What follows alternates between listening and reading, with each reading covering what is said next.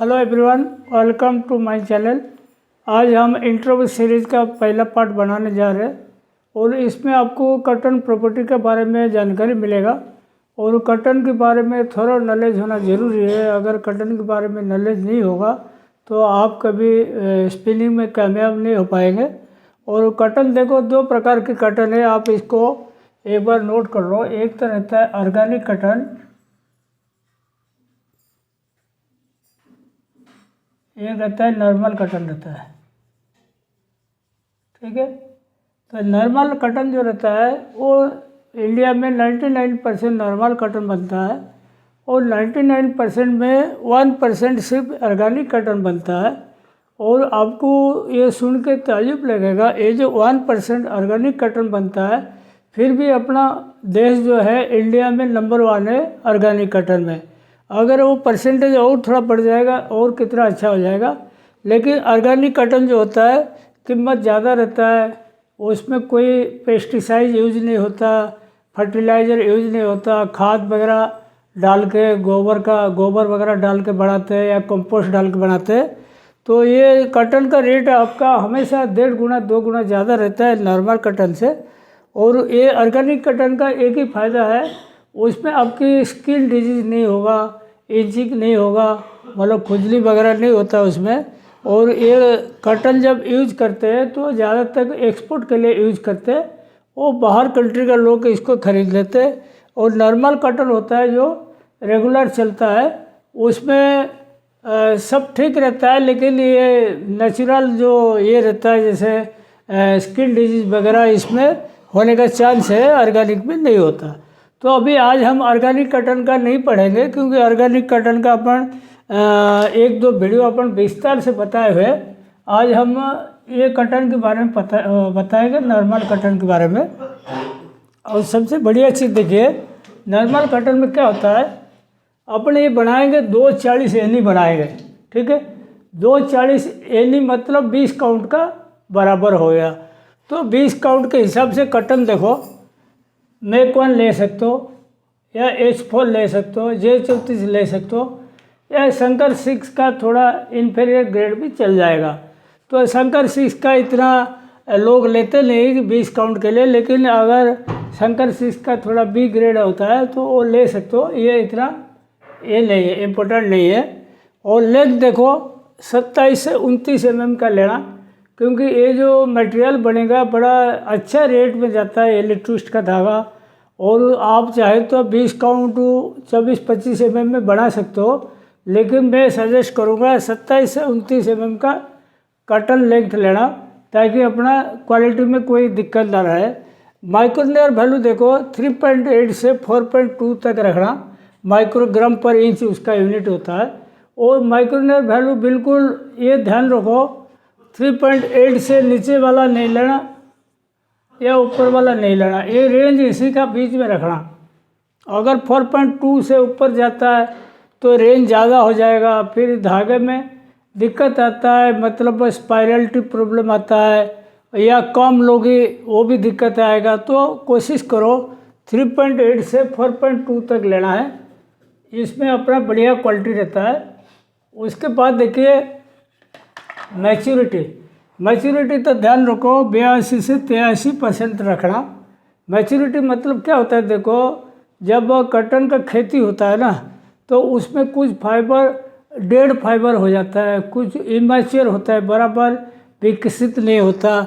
ऐसे फाइबर जो होता है आगे चल के हमको दिक्कत जाता है, लेप्स वगैरह बनता है, कपड़ा का अपीयरेंस खराब करता है। तो कुल मिला के आपकी 82 से 83% बढ़िया होना चाहिए कॉटन। और बाकी 18 से 17% डेड फाइबर या इमेच्योर फाइबर हो जाएगा, चलेगा। लेकिन मैच्योरिटी लेवल जो होता है ये होनी चाहिए। उसके बाद देखो लेंथ यूनिफॉर्मिटी मतलब 82 से 84 मैंने दिया हुआ। लेंथ यूनिफॉर्मिटी मतलब देखो, समझो एक चीज़, जैसे ये कॉटन है,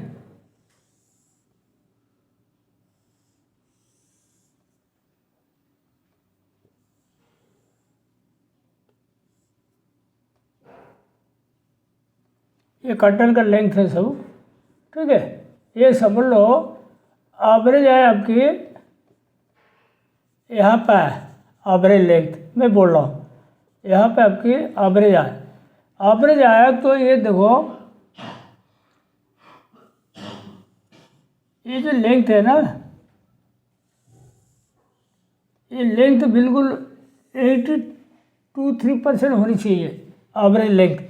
थोड़ा बड़ा रहेगा, थोड़ा छोटा रहेगा, लेकिन ये कुल मिला के 82 से 84% रहेगा तो आपकी प्रोसेस में दिक्कत नहीं जाएगा। एवरेज लेंथ होना ज़रूरी है, और लेंथ यूनिफॉर्मिटी रहेगा जितना, उतना आपकी CSP बढ़ेगा, उतना आपकी क्वालिटी अच्छा आएगा, IPI कम आएगा, सब प्रकार का बेनिफिट रहेगा। उसका बाद देखो SFI सर्ट फाइबर इंडेक्स, ये रहता है 5 से 7%। सर्ट फाइबर जो होता है,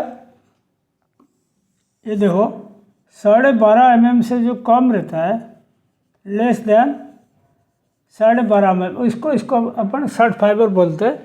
सर्ट फाइबर जो होता है ज़्यादा रहेगा तो उतना आपकी मतलब क्वालिटी ख़राब करेगा, आपको सर्ट फाइबर निकालने में दिक्कत जाएगा। तो कुल मिलाकर सर्ट फाइबर एक रेंज रहता है, 5 से 7% रहेगा तो बढ़िया माना जाएगा।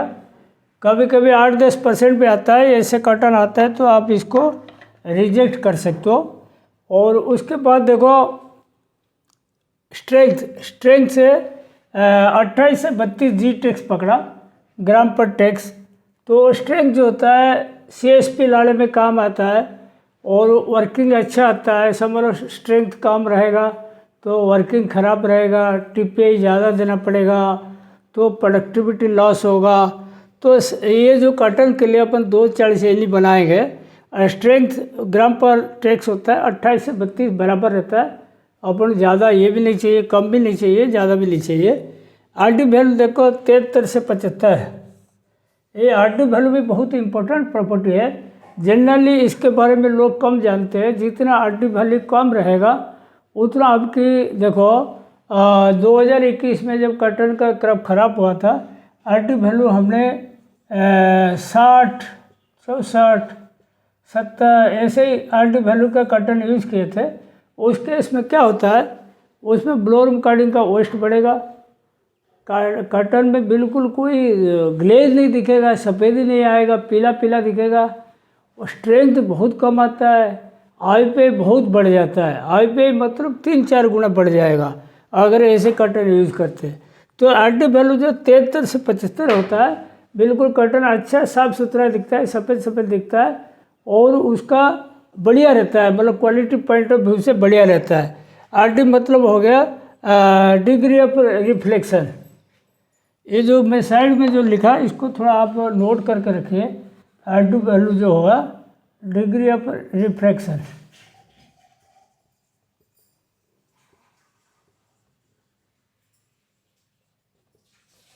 मतलब जितना ज़्यादा रहेगा उतना रिफ्लेक्शन अच्छा रहेगा, चमकीला रहेगा, ठीक है।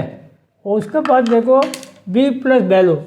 B+ वैल्यू जो होता है ये होता है येलोनेस। ये एक ऐसा चीज़ है कॉटन में जो येलोनेस रहता है ना, वो अगर येलोनेस कम ज़्यादा रहेगा, ज़्यादा रेंज रहेगा, शेड वेरिएशन का भयंकर प्रॉब्लम आता है।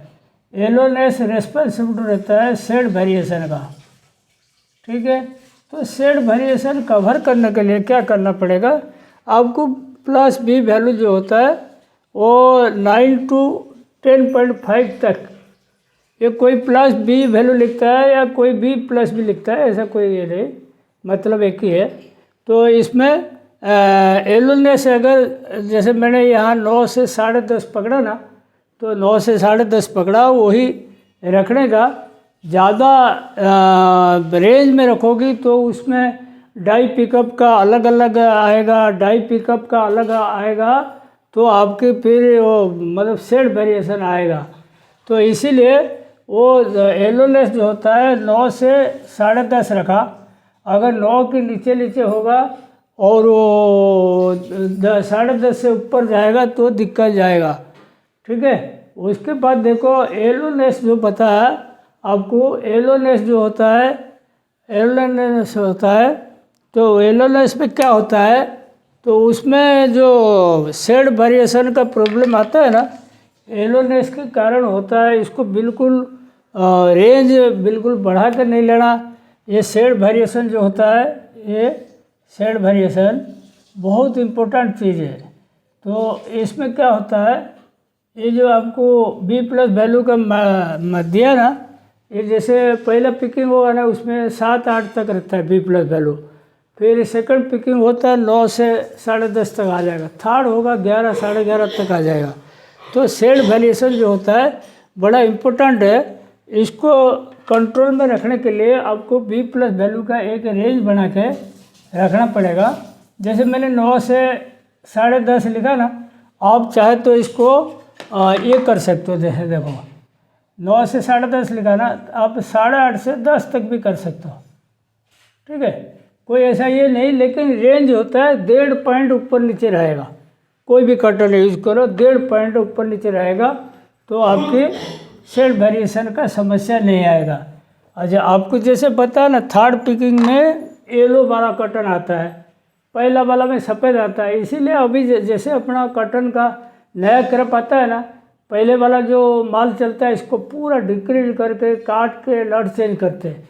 लड़ चेंज इसीलिए करना पड़ता है, पहला फर्स्ट पिकिंग में जो होता है ये बिल्कुल 7-8 का रहता है बी प्लस वैल्यू, और सेकंड पिकिंग जो होगा ये आ जाएगा आपकी 10, 10:30 तक आ जाएगा, 9 से लेके।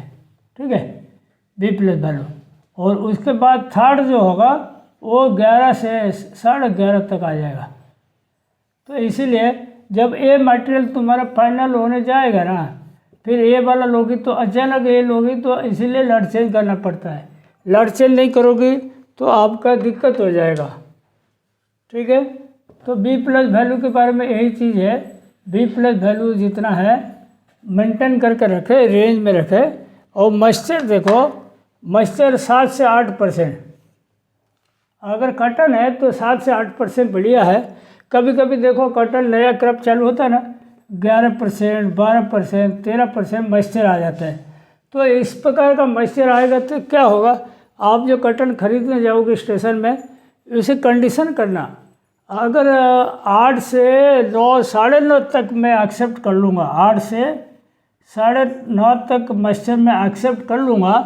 इसका ऊपर अगर आएगा, ऐसे आएगा, तो मैं पैसा काटूँगा। तो पैसा काटने से क्या होता है, वो डर बना रहेगा, तो इतना मॉइस्चर वाला मटेरियल आपको सप्लाई नहीं करेगा। और ये वाला अगर मटेरियल आपने गलती से ले भी लिया तो आपके रियलाइजेशन में बहुत फ़र्क पड़ेगा, क्योंकि इसमें जो मॉइस्चर है प्रोसेस में, डिपार्टमेंट में गर्मी के कारण, मशीन का गर्मी के कारण, इसमें जो मॉइस्चर एवापोरेट कर जाएगा, आपको यार्न रियलाइजेशन कम आएगा, यार्न रियलाइजेशन कम आएगा। तो इसीलिए तो कभी भी हाई मॉइस्चर वाला नहीं लेना। और मैं तो बोल रहा हूँ लो मॉइस्चर भी नहीं लेना। लो मॉइस्चर लोगे आपकी रियलाइजेशन तो बढ़ जाएगा, लेकिन लो मॉइस्चर लेने से फाइबर टूट जाएगा, प्रोसेस में फाइबर टूट जाएगा, शर्ट फाइबर बन जाएगा, नेप्स बन जाएगा, वो सब दिक्कत जाएगा। तो मॉइस्चर कभी कम भी नहीं लेना, ज़्यादा भी नहीं लेना। 7 से 8% वाला लोगे तो आपको वो काम आएगा। ठीक है, और देखो मॉइस्चर हो गया। ट्रास मैंने लिखा 3 से 5% तक है। जितना कम ट्रास लोगी उतना सीड कट नेप्स कम होगा, उतना रियलाइजेशन बढ़ेगा, उतना टूट फूट कम होगा, उतना प्रोसेस स्मूथ चलेगा।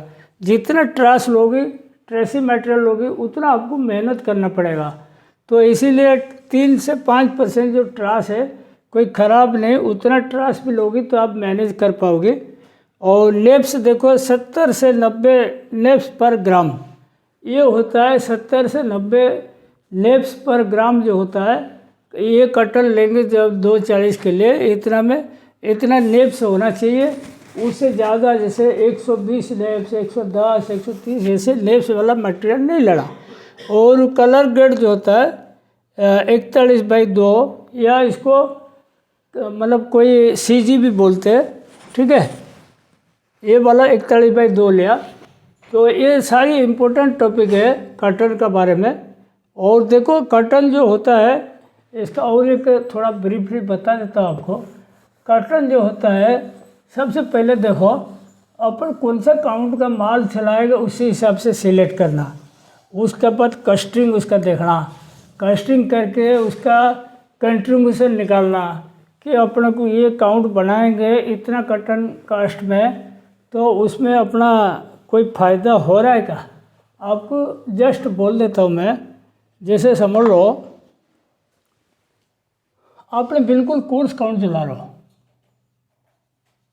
कोर्स काउंट चला लो, तो उसमें क्या होता है देखो, कर्टन लोगी देसी जो बंगाल देसी बोलते हैं, और B797 वागात, ये सब कर्टन लोगी ना, ये आपको 17 से लेके 18-19 mm तक आ जाएगा। ठीक है, ये कर्टन का सब चीज़ ज़्यादा आएगा, माइक भी ज़्यादा आएगा, स्ट्रेंथ कम आएगा, और ट्रास भी ज़्यादा आएगा। ट्रास तो 18-19% तक रहता है। तो उसके बाद देखो कोर्स काउंट के बाद आया मीडियम काउंट। मीडियम काउंट में आ गया J34 आ गया, JK आ गया, H4 आ गया। ठीक है, H4 आ गया। ये सब चीज़ों का होता है MECH। ठीक है, ये सब कर्टन जो होता है आपको ये मिल जाएगा 24 mm तो 28-29 mm तक आ जाएगा। ठीक है, ये मीडियम काउंट के लिए यूज करना। मीडियम काउंट मतलब हो गया, ये कोर्स काउंट हो गया आपके कितना, अप टू 10 काउंट। ठीक है, 10 काउंट। ये जो कर्टन हो गया आपकी 16 count to 24 count, maximum 30 count. ठीक है, और अगर मीडियम काउंट में ये हो गया तो इसमें फिर फाइन काउंट। फाइन काउंट जो हो गया देखो, इसमें शंकर 6 आएगा, MC5 आएगा। ठीक है, बन्नी आएगा, DC32 आएगा, 12 लक्ष्मी आएगा। तो ये जो कर्टन रहेगा ये थोड़ा फाइन काउंट के लिए है। और इसका जो लेंथ रहता है ना फाइन काउंट का, देखो ये 30 mm से लेके 34 mm तक रहता है। और वो काउंट होता है, इसमें काउंट जो रहेगा, काउंट 36 काउंट से लेकर 50 काउंट तक रहता है। ठीक है, ये सब कर्टन आप चला सकते हो, 50-60 तक भी जा सकता है। ठीक है, 60 तक भी जा सकता है।